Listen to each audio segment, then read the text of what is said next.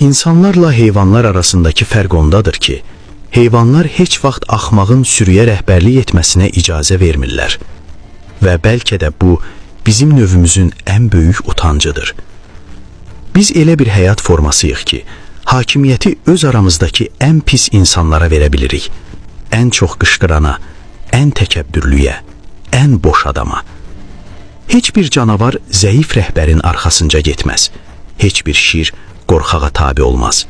Amma insanlar bəzən elə şəxslərə alqışlayır, onları ilahiləşdirir və müdafiə edir ki, əslində onlara sadəcə məhəl qoymamaq lazım idi.